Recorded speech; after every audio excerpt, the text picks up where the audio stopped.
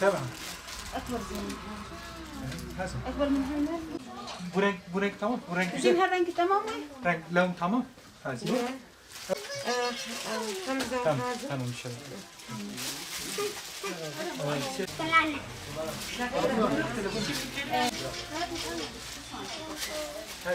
Altılı ya. Abi 6 yaş bu fena değildir abi. أريد اثنين. Alnına bak. يعني الأولاد بس Bakayım pijama kısmına. Dur yatak pijama kısmına bakayım. Ama istersen abi şunu ver sen de. Bu. Nasıl beğendin mi sen?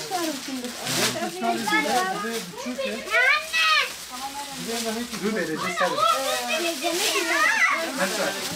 Sen abiyi bırak.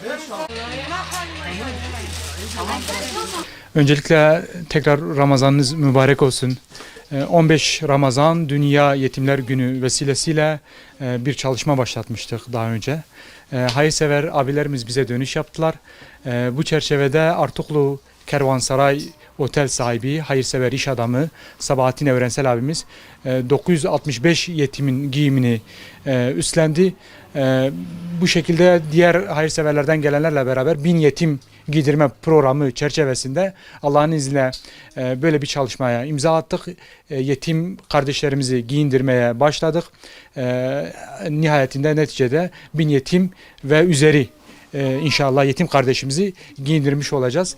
Dünya Yetimler Günü münasebetiyle her yıl yapılan çalışmalardandır. Hamdolsun Rabbim bu Ramazan bereketiyle hayır çalışma üzerimize yağdırdı. Yetim kardeşlerimizi sevindirme anlamında güzel bir çalışmaya sizinle beraber imza atıyoruz. Rabbim hayırseverlerimizden razı olsun. Rabbim katkı sağlayanlara karşılığında cennetler ihsan etsin inşallah.